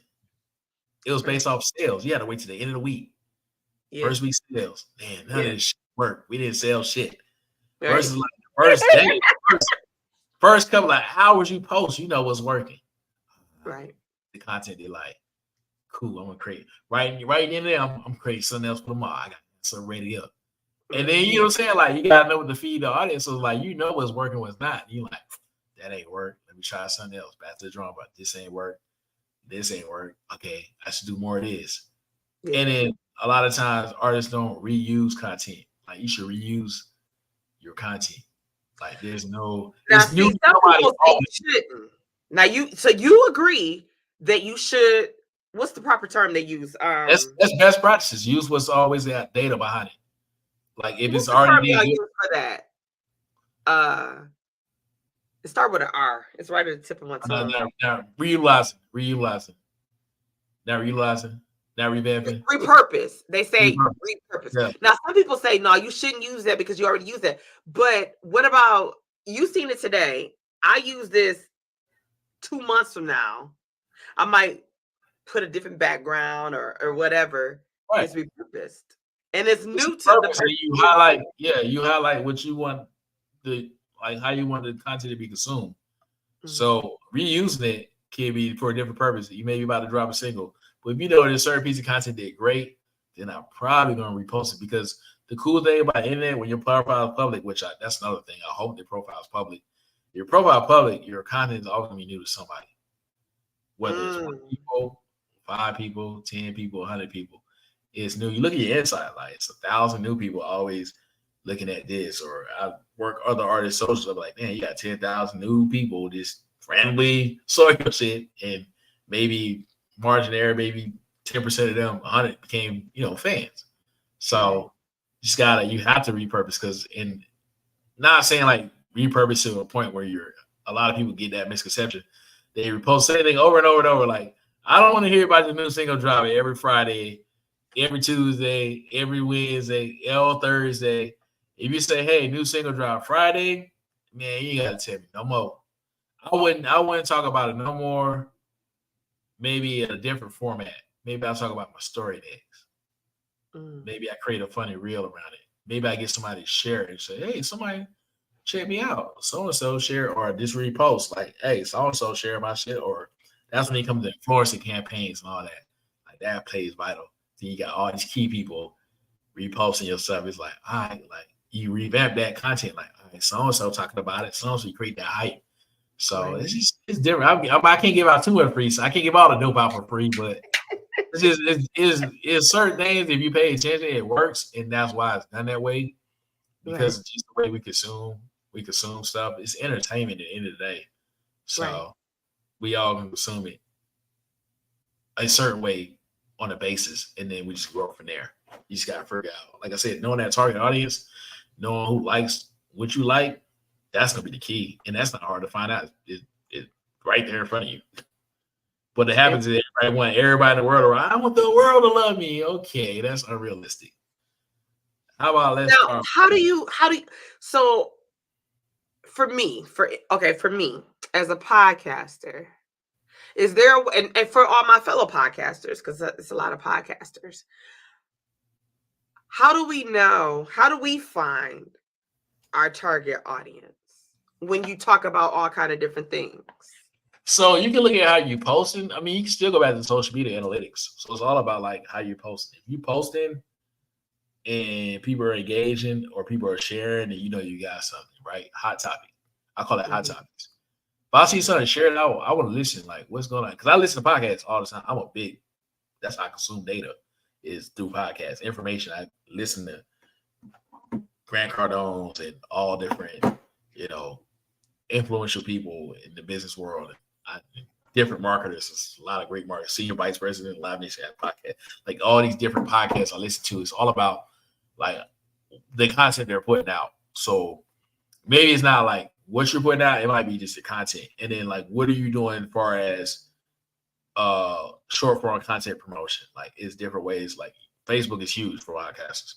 Like if you're not active on Facebook, like you got to get active on Facebook. Like that's the way a lot of this stuff can be, because the clips can be longer, and I call it an acute audience. That's the older people that like to learn. It's not that many young people that just want to learn shit, right? Cool, we accept that. But you gonna have like that mid 25, 34. They gonna actually listen. So like they gonna be where you gotta know what platforms. LinkedIn. Are they on LinkedIn? If it's more business structured. I'm on LinkedIn. I'm heavy on LinkedIn. So like people are like, why you be on LinkedIn? Because that's where all the other marketers at. They're on LinkedIn.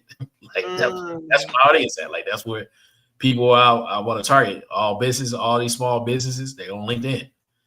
Or Right. they're on, like so you just gotta know where to go at and where your audience lies at to then like what's working.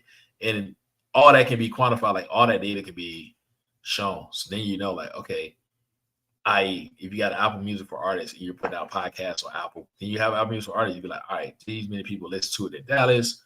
Maybe I need to do some promotion. Maybe I need to pull up. Maybe I need to do a meet and greet. Maybe I need to do it's so many different things you do. Maybe I need to tap in with who's the newscaster or who's the biggest influencer there that's in your market, like or in your subject area, right? So there's a lot of different things you can do. Like in today's with today's technology, is no limit to like how far you can grow.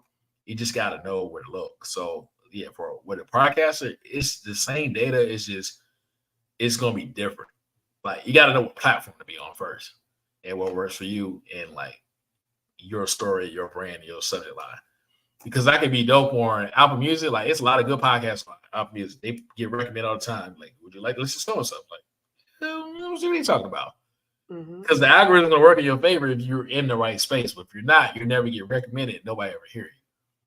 Right. That's crazy. So I mean, certain ones that be on Spotify, certain YouTube podcasts that pop up when I be like in my playlist. Like it'd be like this person, strategy for this, how to get on Wix, how to like it'd be all kinds of crazy different stuff. Like, oh yeah, I need to know that. It's like, the how-tos or et cetera, et cetera. I'm like, yeah, I do need to know that shit. Like I do have problems with this. Like, so it's about finding out where you resonate at and then like micro focus on that and then try to grow from there. All right, podcasters on my fellow podcast. That's good for me too. But like I like to share information. Like I'm big on sharing people's stuff. Right. Whether I know you or I don't know you, if it's something that catches my attention, it doesn't hurt to share people's stuff, right? And so Free. It's free. You're right. It's nothing. It doesn't harm. And that's why I don't understand why people don't do it a lot. Or some people want you like, hey, share this for me. And you're like, oh, okay. And then you hear people ask them to share it, okay, and you never see them. And I can't understand that, but that's a whole nother podcast. But if you get something that's like, ooh, people can't wait to share it. Like, think about it. Yeah. If you got that, ooh, like that, oh, this is good, it gets shared. Check this out. Like, just for me personally, just like quick analyze, I would post more highlights of like maybe a key topic, like 15 seconds, something vital, something like, oh shit, what did you say that? To make people harp in. Like, that's what I would do. And then you can find your audience fans like, oh, that's what they like. They like it suspenseful, or they like the gossip, or they like this. Because then you got to figure out what they like. Like, some people just like gossip. They just like that shit, right? Or they might like informational. You got to figure out where they're at, and then where you're at as your brand overall. So it's like you can, you can bring in the audience to like cater to like your overall brand, but it might be certain keys and certain elements within your brand that you might want people to harp in on more than others. Yeah. I think my niche, when I started out podcasting, a lot of people don't know this. I started out in my page, my whole brand was about married people, right? Because I'm married and I love marriage or whatever. And so it was called Married Couples Poor. And it was strictly about marriage. I catered to married people and people loved it. And so then I started getting people saying, well, you got anything for single people? I'm like, no, not that I don't know about being single, but I'm focused on the married people. And then it was just like, well, what about entertainment? Because I'm like, yeah, I got something for that too. So then I was like, you know what? Let me stop. Let me come back, rebrand, and let me not put myself in a box. Now, what I did do this year, I brought back Marriage Mondays on my top of the morning show. Yeah, you got key dates, and that's so funny you say that. That's something I'll try to tell artists. Have your day, your you day, right? So it's like New Music Friday. Maybe you don't showcase your music. Maybe showcase other records that you love. I do it all the time with my music. Like I always like showcase, and the people like, man, thank you, and then I just gain another fan, or they might do something else, right? Yeah. I know how like that's how you grow. So it's like I gotta get in the habit. I don't go live, and that's what sucks because I used to get banned because I used to go real live. So COVID, I was live. COVID was a different time. I used to, man, I abused live because I was like solo dolo. I was like single by myself in the crib, and like if I went out and did shit, I was live. Like it'd be like so crazy. Now this I live in the city of Atlanta, like in South Atlanta. So like I always see shit on the west side. I be like, man, I ride around. I just go live. So that's just what I did, right? But as an artist, as an influencer, or anybody, trying to perplex any business, it's great to go live. And then you have YouTube Shorts. That's like the new way, short form content. You can promote YouTube Shorts through Google. Now you know what? Something I must be doing something wrong. A lot of people, fun fact, get on that YouTube. YouTube been around longer than any of these DSPs. It's the oldest DSP. It's been around longer than anything. And they partner up with Google. You can cross promote. And me, I'm a Google Analytics certified, right? So I have a Google. That's how I found out. I never knew until I learned that. I was like, what? You can promote. So now I know that I can promote, like say I'm an artist. I know I can promote an artist video through Google, and we can get million impressions. We can hit. The labels know that. That's why I say you only know what you know. But trust me, they know. That's how they get the million views and this. I know what they're doing. I know exactly how I've done it. I know what they're spending. It ain't a lot. So that's the one I'm gonna leave over there. It ain't a lot. It's if you spend like a light bill, if you're going to spend $400-500, you can grow a lot faster on YouTube than any of the DSPs. With Spotify, that's Apple, you can grow on YouTube fast. And about as fast as social. I would say just about as fast as your social media. So now let me ask you this, because with YouTube, so I was trying to do something on there and I wanted to do live. They wouldn't let me. You gotta have so I gotta play with YouTube. So that's cool about our relationship. Because I go live, but I do it's a different way. You can go through a third-party app. I can't think of it off the top of my head. You can Google it though. It's a third-party app. You can go live that way. But if you start making money, you monetize on YouTube, I can tell you that way. You just shoot an email. You can get live. Because then you have a relationship, like you're making the money and you're making money where they're paying it out. So they want you to be to spend money back on the platform. That's the whole goal. If you make money on something, then if you make money in a certain place, what do? You go back and spend it there. You do.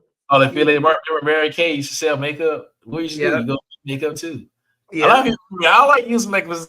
It's a lot of shit that you see all the time. You just don't, you don't even think about it till you're like, oh, you know what? You're right.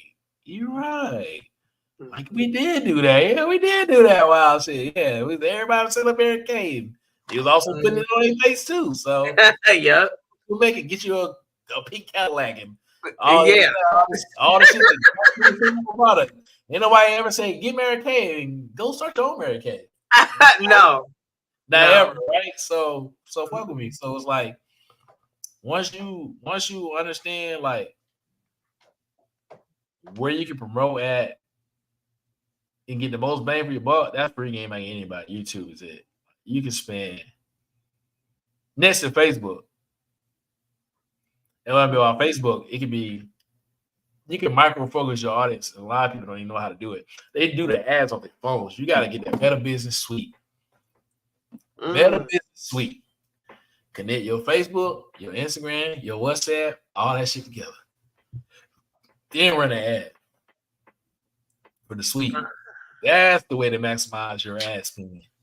Okay. That's a free game. Can you work Meta? I'm Meta Business certified too. Meta Suite certified too. So like, can you go in there and do it? Yes. Can you master it? Only if you're repetitive enough. If you don't understand certain things, and you'll never be great at it. But if you take the time and learn it, and they give like a whole lot, the meta certification is free. Wow. It's free. Wow, y'all. You just gotta do it. And I had to do it as a part of my curriculum for school. And that's why I was like, I never even, like, you only know what you know. I didn't even know. I was like, what? And you start doing, then there's the other class I had to do, of course, and get great at. And I was like, these classes suck. But I was like, the little small ones, I was like, this shit is like game changer because I didn't know. And it's like, I got so conditioned to doing it on my phone. I thought that was it. But it's like, yeah, they make money that way. But like, if you want to make money, you got to get on that laptop. Bust that thing. You talking about you run an API conversion ads. Like that's where every time somebody liking or engaging to your website, whatever, you're making a sale and you're paying for that. So like say your RI, like say you spend $1,500 ad spend and you sell the product $25 and you sell 25 of them. You just started a business. And that's what they e-commerce and all. That's how they're doing it. It's called funneling. Like that's how they doing it. They're just not telling you that. They come get my $15,000 e-course, man. Shit, you can do it yourself, man. Don't be spitting no crazy ass. But I get it. I don't not nobody else, but it's like a lot of this shit you can do without having to, if you got a good product, like I said, if you got the product, you got the good dope. You got the good dope, and it sells itself. Yes, the sky's the limit. But like you got to start somewhere, and then like say your merch, or just like simple stuff. Like maybe you just got the hats, t-shirts, $5. This woo, you run the ads, you convert it over, you're selling them. It's a lot of stuff. Like, and it's a lot of free good merch sites where you work off of once again your credit. Your credit good, and like we're gonna give you a line of credit for 10,000 on this, yada yada. Wow. Where you only pay us every time you sell a t-shirt instead of printing out. When I see people printing t-shirts, I don't laugh. I just like, damn, like we gotta keep up with time. Like, hey, you can literally get on the site and become an affiliate. Like, I'm gonna promote this brand. They gonna print your shit for free. Not print it for free, but they print it every time you sign it, take a split. Like, say you sell a shirt for $25. And that's why I see when people doing that print stuff, they kind of sell it for $35 to make money. But if you get one of these drop shipping companies or whatever to do it, like you can log in, you know what I'm saying, sell a shirt for $25, it's automated. $25, and then, you know what I'm saying, they make $15, $8 off the shirt or whatever, and you get the rest. Or, like your price point is different, and you can sell more product. It's just like you said, if you sell something for $5.99 and you sell something for 99 cents, and this is the one fun fact I'm gonna give you a free game. Okay. For music. All right, you can sell a song at 69 cents. You don't have to hit people in the head. You're a random artist. If you hit people in the head for $1.29, you already set yourself up for failure. Not that you don't value yourself, not that it is, but you're just starting out. You got to make money. It's not going to make a lot of money, first of all. Not at this one. You're not, the money comes from touring, merch, your brand, versus shows. Like, that where the money come in. A lot of people think, that $1.29, man, it's going to get it up. Okay, Apple taking a cut, and if you got a shitty distro deal, if you don't have a distro deal, then you give them another 30% that you don't even know of. And people be like, what are you talking about? It's 100% of my royalties, distro kid. All right, check this out. If you sell a song for $1.29, how much money you get? They taking a split. They taking a cut. And you ain't got a distro deal. You know what I'm saying? But I have a distro, like, I learned about distribution. That's another whole game about that shit matter. Because then you can work out your splits, like, what you get paid back. Like, if I sell for $1.29, I know I can get back X amount of dollars, X amount back. So I'm like, all right, cool. A lot of people, artists don't know, they get sold for dang, it's 100% royalties. Yes, it is. After, they don't tell you that part. After you get a split. So, like, you sell something for $1.29, tell me, even your podcast, sell it for $1.29, and tell me what you get back on your royalty stake, or however you destroy it, right? And you tell me what you get back. It's not $1.29. I guarantee you, it's gonna be like 60 cents, or maybe 80 on your best term, maybe 40. Because then all you do is to figure out what the deal is with the DSP and the distro that you have, or the service you're using. That's the split. So it might be 30%, it might be 20%, it might be like it's a percentage coming out. And that's the easiest way to find it. A lot of people don't know that. Like, if you just harp down and you're like, all right, I'm gonna sell it for 69 cents. Nobody made shit. But I'm getting my music out, selling, getting the content out, and then you just grow from there. You know what I'm saying? But it's like you gotta know where to start. You gotta give a lot of the industry requires you to give a lot. Yeah. And people want to make money off the rip. That's just I don't know no business I don't know any successful business that makes money off the rip. It's usually an investment, and then you have to recoup the investment, and now you're making the money. It's like a step process, and that's music is no exception. It's still a business. And once you grab that concept, you're like, yes, can you overspend? Absolutely. You don't have to invest too much, but you got to invest something. A lot of people think I'm just gonna be dope, and my talent's gonna get me there, et cetera, et cetera. And it's like it's unrealistic. You have to spend some. Any business, any successful business has to spend money on some type of marketing to generate some type of sales to be able to spend money back into that marketing and to be out of sales. If you're in a business and you spending money as soon as you get it, you set yourself up for failure again. Because we know what it is. You can make $5,000 a day and it be your best week. And you can make $5,000 over 3 months. It can go, this can shift. So you just got to know, you got to be prepared for that. And you got to pay your taxes. Please pay the 3-letter alphabet, boys. I do not play with. That's why people get mad when I invoice. I do not play with the IRS. None of them. FBI, the IRS. I don't play with them boys. Yeah, because they don't be playing with us. That's for damn sure. Exactly. So you're gonna get taxed. I'm not taking no cash because I learned a lot of valuable lessons and I read a lot of valuable lessons and seen it. So I'm like, no. It's cool to take a little cash in there, but I'm not taking all crash transactions and then try to do my tax form or 1040 and think everything is gonna be Gucci and life just goes on. They're gonna audit my shit and they're gonna want, like that's what they're gonna do. And a lot of people, barbers, a lot of certain entertainment one, barbers another. I think I was reading a whole case study about this. It's like certain professions fall victim every year to an IRS audit where they owe back because they try to finagle and guesstimate and don't have no real. They know that. They know you're not fucking invoicing. They know that. But if you do, then you see why you're like, all right, I just invoice. Nope. Because what happens is why it's like that, because certain people be like, music the write-up. Oh yeah, I spent $10,000 on marketing with this person and I spent another $5,000. Just exaggerate the fuck to make their shit balance out. Cause that's how the rich stay rich. They gonna make it balance out. You gonna be the fall guy. Don't be that guy. Invoice everything, document. Nope, they only spent this and here's on, and then let them go back and get it. Let it. You be straight your business. And that's something I just learned business 101. Like just take care of your paperwork. I like that. That's a whole nother thing. That's another whole. That's the part of success to marketing. Is like you gotta know what you're spending and know what you're bringing in. So if you don't have some kind of structure to that, you just go crazy upside down. You'll drive yourself crazy. Be like, well, how much did I spend? If you spend 10 grand and you only made back 25, it's something this might not be it for you. You might want to try something else. But if you spend 5 and you break even, that's not necessarily bad. But if you spend 5 and you make a little bit over the 5, maybe make 65, and you're headed in the right direction. What you don't want to do is spend 5 and then you make 500, and then the next time you spend 5, you make 200. Whoa! What are we doing? So that's what happens, and just people will just get so no, but I'm dope. But I'm telling you, like, stop spending that money crazy. Like, go back, revisit where you messed up, revisit like your data, look at your data, compare that. Like, okay, does it make sense to me to keep doing 10K videos? No. Right. It don't make sense to do a 10,000. It don't make sense to spend 10,000 on a video that 1,000 people gonna watch. That's good.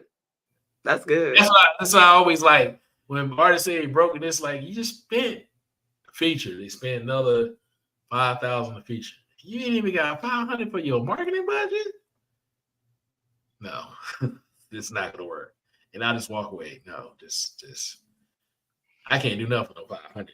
I can, but I choose not to. It's not worth my time. I hear you. I have to say, like, but you can do it. You talk about it. Yes, I can do it for 5, but do I want to do it? No. I mean, my time is. You telling my time is not worth any money? No. Be a part of my team. Like I don't want to be a part of no artist team. I'm cool. Cool. That's anybody listening. I'm cool.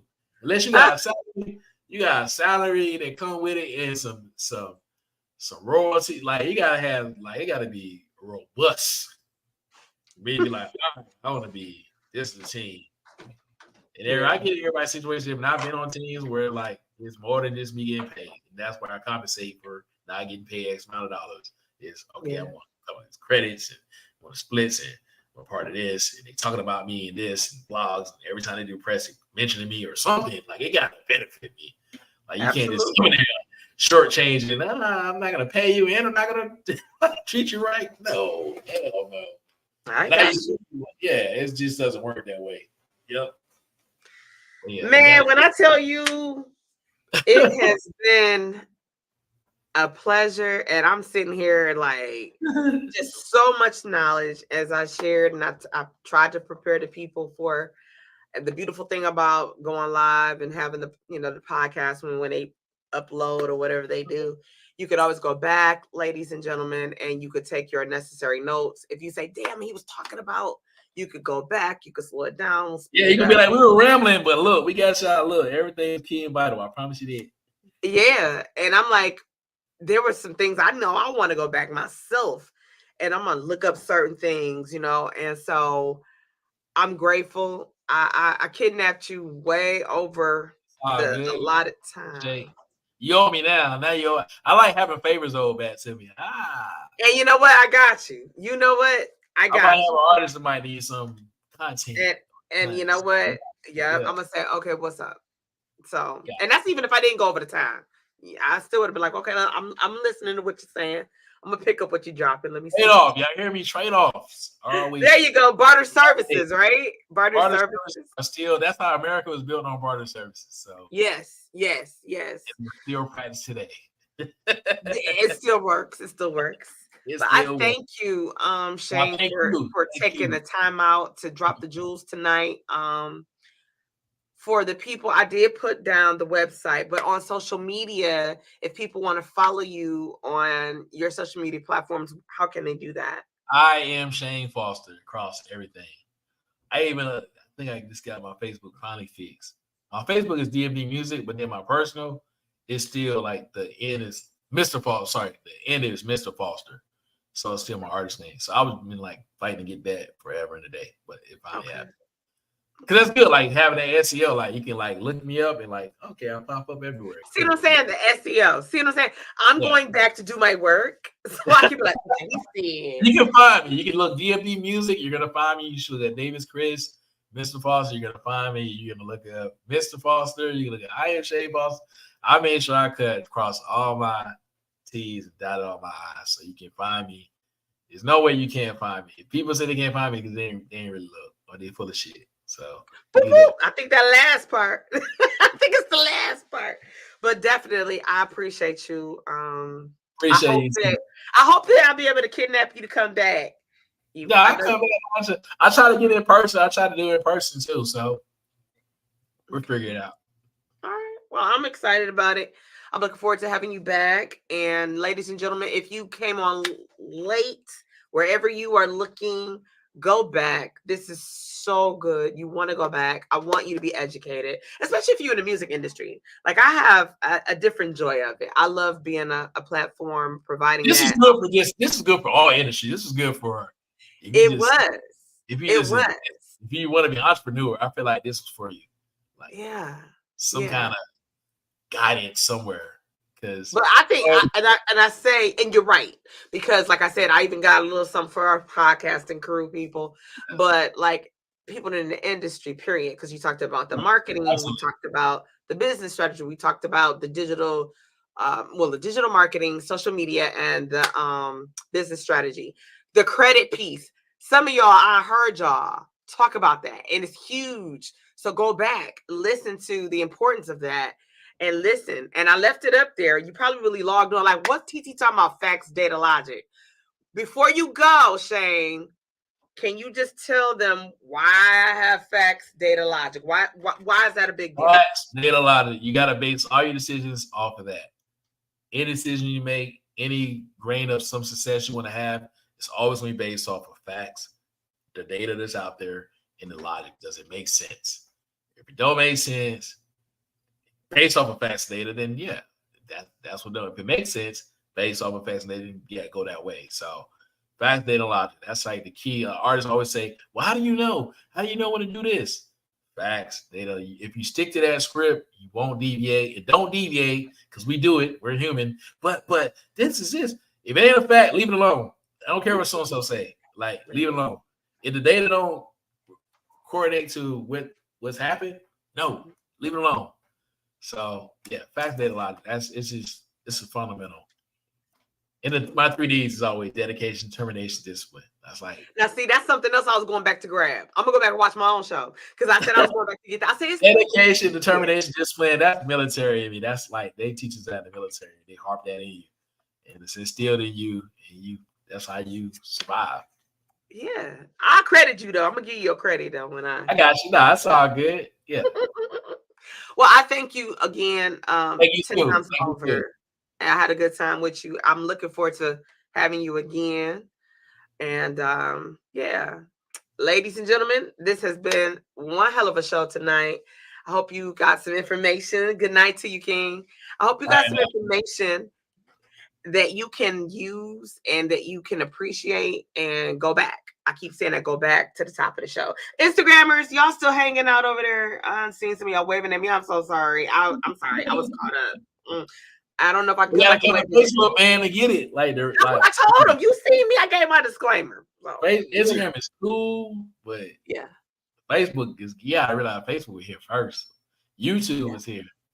That's why I be telling people, like, you get hit with those, you find a lot of like. I'm in the matrix on YouTube. It's so much.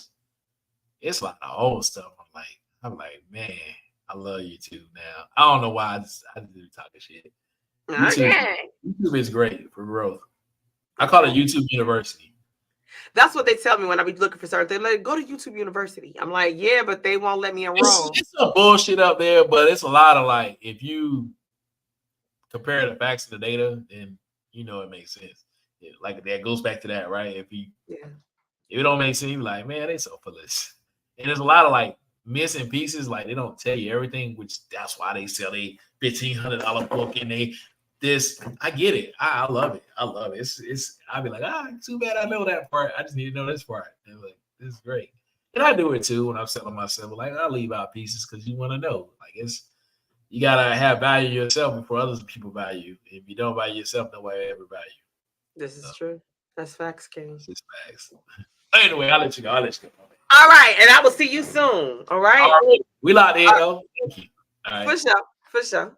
All right, everybody, y'all make sure that y'all tap in next Tap In Tuesday. Again, if you guys came in late, you definitely want to check out Shane dropped some jewels tonight. I'm going back and do my own damn research because there was so many things he said. And Instagrammers, I don't know what to do with y'all because I know some of y'all, I love y'all over there, but some of y'all, you just looking at me and I'm not even really looking at you. Like I peek over here, but I'm engaged, right? And I know you hear them, but you would have really, really enjoyed it by coming over here and checking out Shane over here instead of just listening to his voice.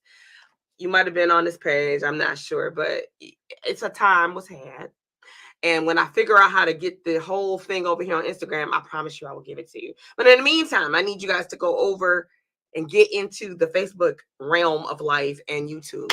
Okay. Now, for all of y'all, everywhere else, I appreciate y'all for rocking out. I kidnapped Shane tonight. I know, like, I owe him big because he's like a book of knowledge and just so giving. And that's what's beautiful about his spirit. I think that he's so giving. He knows so much and he's willing to just give it. And that's why I tried to warn y'all, like, come through with your pens, your papers, your catcher's mitts, your net, your casting net, whatever it was you was coming through, your smartphones, right? Your smartphones, right? And you should have been using your voice notes and gathering that what up here? The facts, the data, and the logic. Because everything made sense. You got to go back and unscramble and get what makes sense to you. Like, what are you looking for? What did you need tonight? I promise you, I know it was something for everybody. That is the whole reason why we do these platforms. I selectively stalk my people because I know that they have great data. I know that they have things that's going to inspire you, encourage you, and motivate you. I'm sitting here and I was just like engaged, and I'm like, damn, okay, right? Now I can go back and listen to my own stuff, and I'm going to do that. But I want you guys to get what you need. All right. And as Shane has said earlier, it wasn't just for my music people. I did do it for you, but I did it for us as a people. If this is what you want to do, you want to build your brand. You heard him say several times how important it is for you to be your own biggest brand influencer, right? Y'all saw he had his brand on his hat, on his shirt. You understand? You saw his small smidget. And when I say it's a smidget of the body of work behind him, that was just like, okay, this is just a glimpse at it. And so I always want to encourage you guys and motivate you guys to be your best self. Go off and do whatever it is to make you happy. You know, and he said something at the beginning of the show, and that's why you got to go back. You got to go back. He said something that I've never really heard anybody say. And I'm going to paraphrase it, because I don't know it exactly how he put it, but I enjoyed what he said about it. But it was more so about feeling more in the beginning, right? And he said he did it more times, and it kind of just made him who he is. And I paraphrased the shit out of that. So y'all already know. Like, that ain't what he said, TT, now. But if you go back, then you can get exactly what he said. But I was really, really pumped by that, because a lot of times we try things and we fail. And then, as he said, you quit too fast. Like, I'm just done. Just throw the whole thing away. No, you got to just be consistent. And he used that word tonight too. And let me tell you, God gave me that word last season. God kept pouring consistency, TC, consistency. So I was like, all right, Lord, what I'm doing with the consistency? And I just kept getting it. And then I finally started to unpack it. And I'm like, all right. So if y'all notice, there's a growth that I've had in the season kicking off for season 2. And I'm consistent with it. And then next year when I come back, we're going to be consistent and we're going to keep on growing. So with that being said, I'm going to shut us down tonight because I held y'all all too long. I had Shane on here long. And I'm so grateful for his time because I know he's a busy man. I really do. I love to end it with amen. I shut it down. Everett Cassimy. Right? He's an artist, journalist. Y'all know he's over on NBC, Channel 5 in Chicago. Shout out to E. This is off the Life of James project. It's one of TT from the D podcast favorites from last season, and y'all still love it now. So it is called Amen. And again, go back to the top of the show. Shane gave it an amazing interview tonight. And if you missed it, it's okay. Because the beautiful thing about podcasting is you can always go back. And I don't snatch them down. I keep them up, okay? Because I always want you to go back and get whatever it is you need. Follow him on all social media platforms, right? Check out DFD Music and get you some facts, some data, and some logic. It's your girl, TT from the D, and I'll see you soon.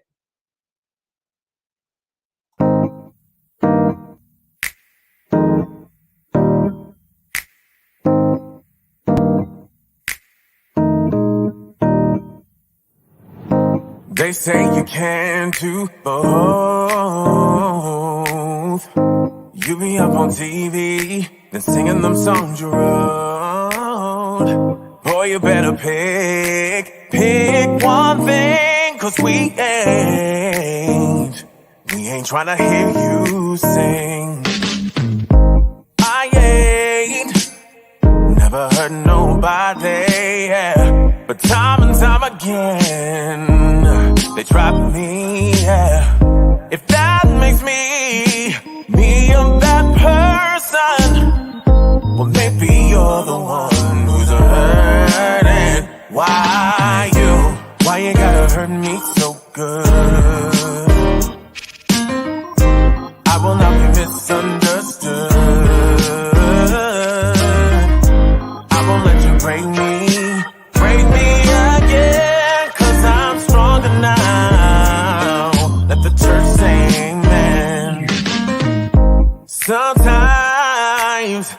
try to break you down. They see you loving life, well, this is upside down. Listen to me, sometimes it works, but them's the times.